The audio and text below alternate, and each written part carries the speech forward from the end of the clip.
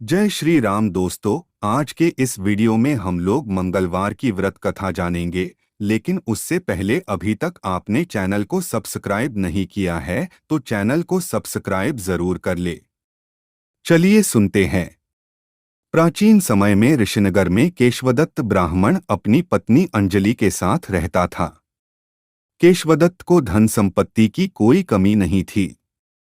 सभी लोग केशवदत्त का सम्मान करते थे, लेकिन कोई संतान नहीं होने के कारण केशवदत्त बहुत चिंतित रहा करता था। पुत्र प्राप्ति की इच्छा से दोनों पति पत्नी प्रत्येक मंगलवार को मंदिर में जाकर हनुमान जी की पूजा करते थे।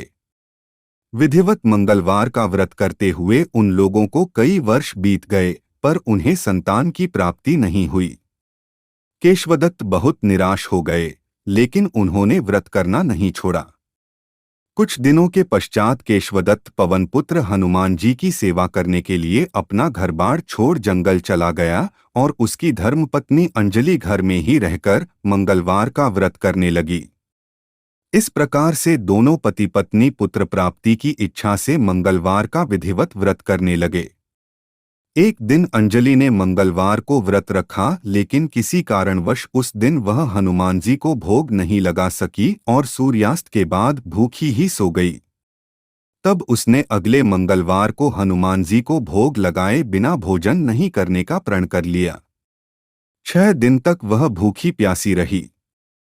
7वें दिन मंगलवार को अंजलि ने हनुमान जी की विधिवत रूप से पूजा अर्चना की, लेकिन तभी भूख प्यास के कारण वह बेहोश हो गई।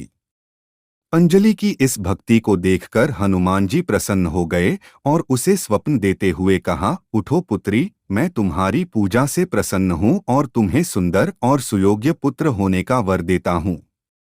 यह कहकर पवनपुत्र अंतर्धान हो गए। तब तुरंत ही अंजलि ने उठकर हनुमान जी को भोग लगाया और स्वयं भी भोजन किया।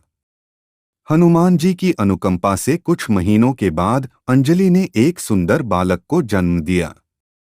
मंगलवार को जन्म लेने के कारण उस बच्चे का नाम मंगल प्रसाद रखा गया। कुछ दिनों के बाद केशवदत्त भी घर लौट आया। उसने मंगल को देखा तो अंजलि से पूछा, यह सुंदर बच्चा किसका है? अंजलि ने खुश होते हुए हनुमान जी के दर्शन देने और पुत्र प्राप्त होने का वरदान देने की सारी कथा सुना दी। लेकिन केशवदत्त को उसकी बातों पर विश्वास नहीं हुआ। उसके मन में यह कलुषित विचार आ गया कि अंजलि ने उसके साथ विश्वासघात किया है और अपने पापों को छिपाने के लिए झूठ बोल रही है।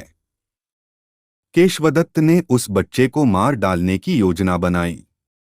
एक दिन केशवदत्त स्नान करने के लिए कुएं पर गया। मंगल भी उसके साथ था।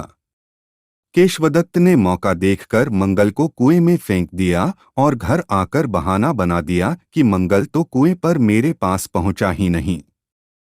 केशवदत्त के इतने कहने के ठीक बाद मंगल दौड़ता हुआ घर लौट आया।